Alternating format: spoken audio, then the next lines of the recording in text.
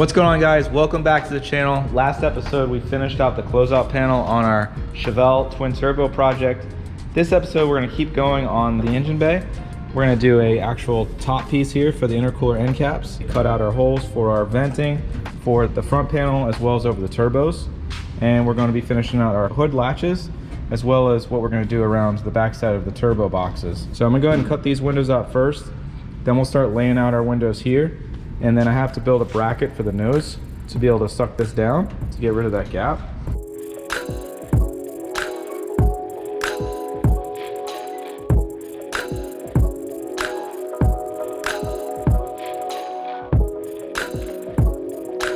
So in order to mount the center of this closeout and suck this down, we got this little brace that we made, little speed holes in it.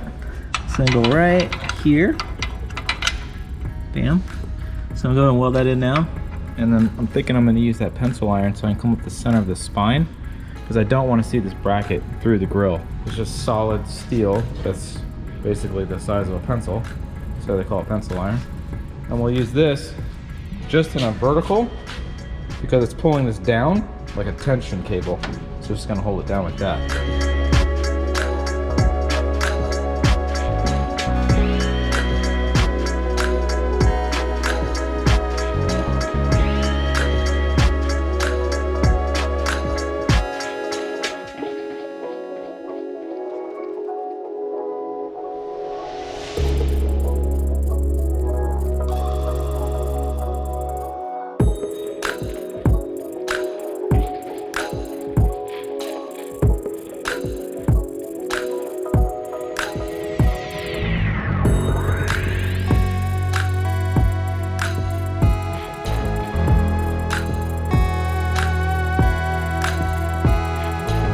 So we're pretty much done templating out the backside of the driver's side turbo box. And as you can see, I'm not going all the way down the frame rail. I'm just giving this nice closeout panel on the backside to give it a nice finished look. And this is just to finish out the corners, give the turbos a nice picture frame showing them off.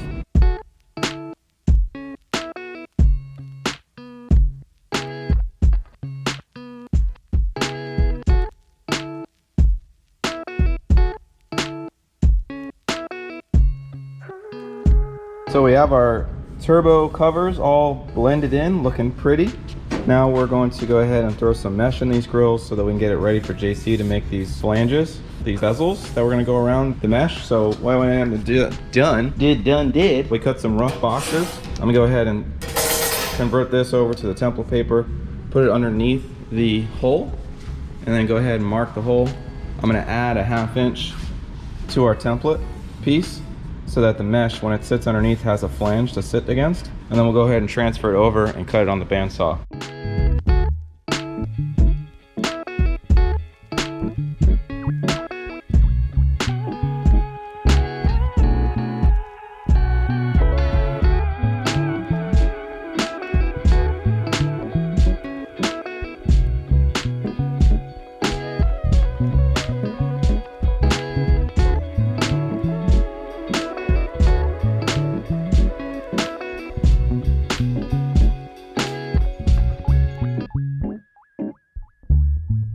All right, so we got our mesh in, and it is the icing on the cake, boys and girls.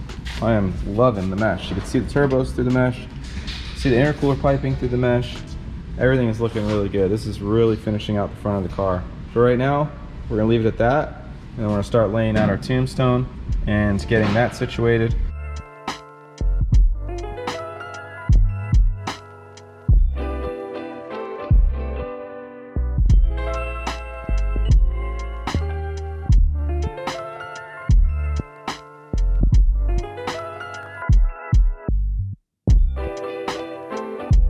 All right, so we got our tombstone done. This is actually covering up and finishing off the intercooler end tanks that were coming out of the top of the closeout panel that we've been so fervently making.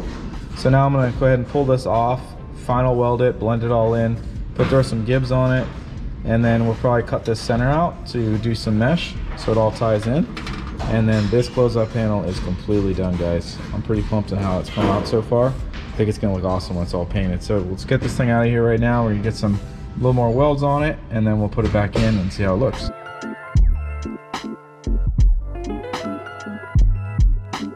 All right, so our upper piece is all set. Did a little bead rolling on this face here. So only thing left to do now is pull the hood off. I have to start doing all this finish work on the front edge of this hood to make it look a little nicer. So we're gonna go ahead and pull the hood off now. And also have to delete all this stuff. I'm not gonna use any of that. So we're gonna start getting ready to get our BMW latches figured out. So we're gonna make some mounting points for our actual receivers and get everything situated for that. All right, so we got the hood off and it is a bit of a disaster. From the factory back in the 70s, auto manufacturers didn't really think that they needed to make things look pretty. So this looks like just a bunch of random pieces of metal that's folded in on itself.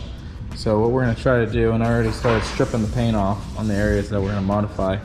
Gonna get rid of that because we don't need this latch area anymore, so that'll just be blocked off. And then I'm thinking the inner lip here comes back to about here. Probably just gonna cut this back, smooth that all off, and then we're going to do like a return into the inner structure so it's all nice and smooth, and then try to mimic that here too. And this is all factory, none of this has been messed with, just how bad this looks. So we're gonna focus on what you see first, right here, right in front of your face when you open the hood. So this will be our main focus, and then we'll see what we can do with the rest of the areas.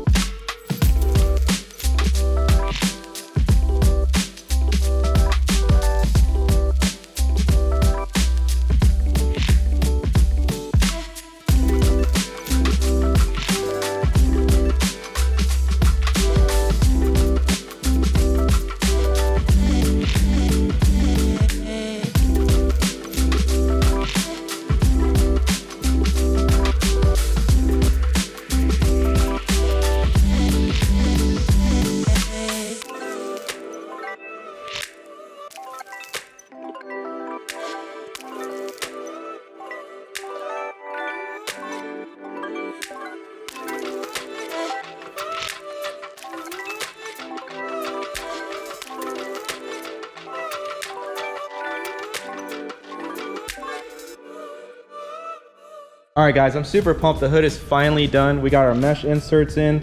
They're really gonna tie in the engine bay really nicely with what we've already done with some mesh.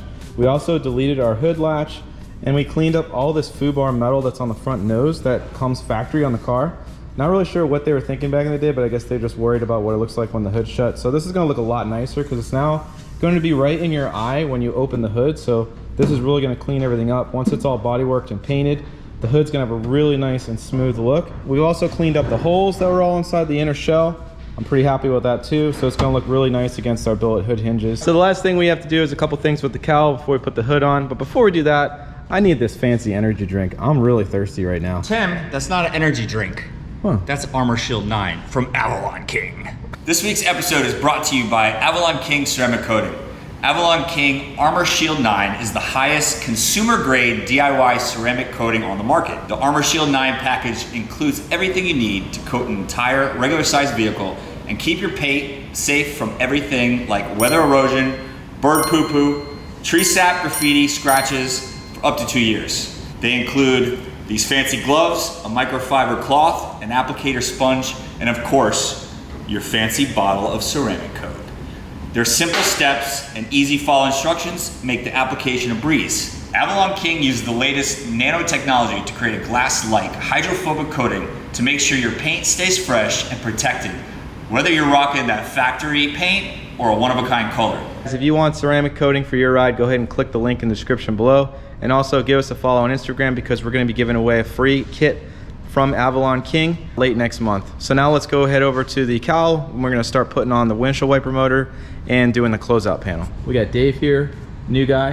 Hello. Dave's gonna be helping out on this project and a couple other projects, so get used to his face because it's pretty. Thanks. What we have is a windshield wiper blade system. I'm just gonna let Dave talk to you about it. So, as Tim was saying, the old windshield wiper system went on the outside of the firewall, but we want it nice and hidden in this channel right over here. We have a kit for 64 to 67. We have a 71 Chevelle, so we're gonna have to make it fit.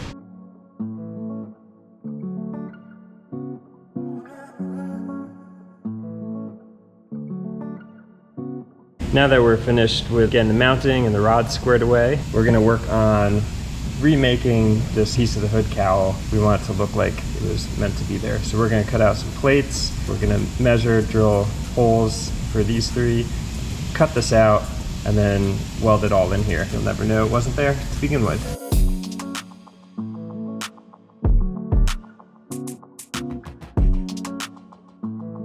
We got our first plate welded in, and it was easy because I could stand right here and weld it. But the second plate is right here.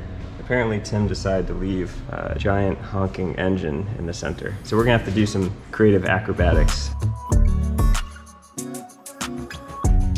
Now that we're done welding the plates into the hood cowl, next step is to take the wiper transmission, mount it in, and then see exactly where the motor is gonna mount to.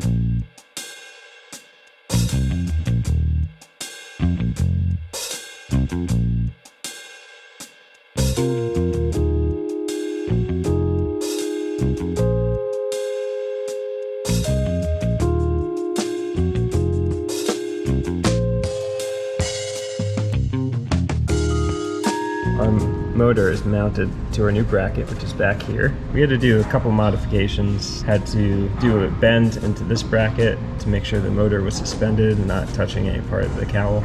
But now we could kind of see how this is actually going to actuate. So down here, which is hard to see, there's a hole in the bracket, and that marks our point where the wipers are at the lowest most point where they rest, the park position. And then as the motor turns, the linkage will go up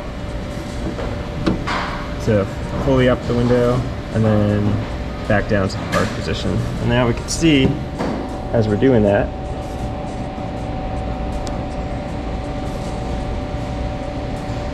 the motion of the wiper stems as well. So the last thing that we have to do, there's one more mounting bracket to secure this motor since it's sort of just hanging in space. They provide a little nut that's right around here, and since it's for a different application, it doesn't mate up. So what we're going to do is take some aluminum tubing and make a spacer collar for it.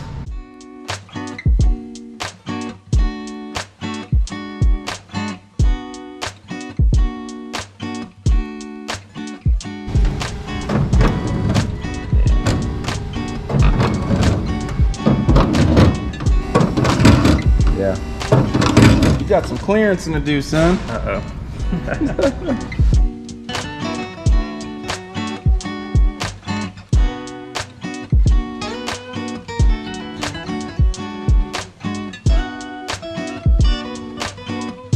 Had to shorten the length of this rod. It has an adjuster right here. This thing, when it rotate all the way around, this bar would scrape on the corner of this bracket. So we had to notch this part out and actually flatten a piece of the bar to get that to clear. We could do our rotation test. So we just have the harness plugged in here temporarily to a battery. So we could attach that. We'll look at the arm first. There it goes, a nice circle. And then if you look here, we marked this to simulate there actually being a wiper on there. It goes up, goes down, goes up, goes down. So the next step on the Chevelle is dealing with the cover for the cowl that houses the wiper, motor, and transmission. We went over here, cut a piece of template paper to the length of the whole cowl. Got little cutouts for where the wiper stems sit up.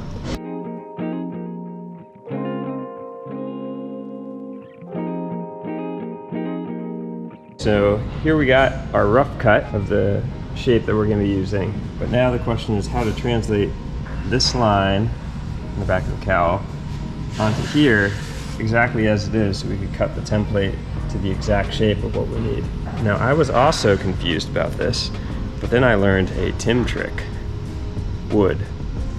So what you do is you cut out a little notch at the bottom, set it here, and you see that the overhanging lip here, you could put a pen on the edge right over here, run this along the lip, and it'll trace the line of the exact contour of this piece onto the paper.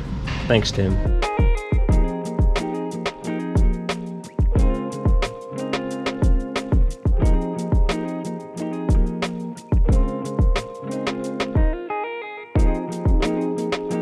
We got our rough piece in. We want to mark where these holes are, the edge, and then give ourselves an inch going this way. That's what these two marks are. We'll translate them an inch over, cut off the edges.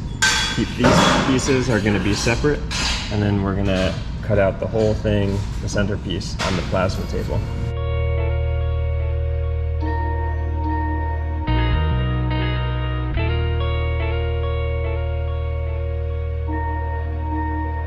All right, guys, that's a wrap for this episode. Dave did an awesome job putting the wiper motor in. This was a lot of work. Not so much engineering, but we had to modify it. We also have the cowl piece started, so we can start doing sheet metal on that for the next episode. I'm really pumped on this mesh. The front closeout panel really came together on the engine bay, so we're really close to getting this thing dialed in and getting it down the road.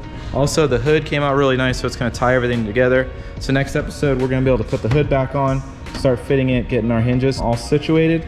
But before we do that, we're going to be putting our windshield in. We're gonna be doing a flush mount windshield and also finishing out our cowl piece to finish out this work that Dave did with the windshield wiper motors.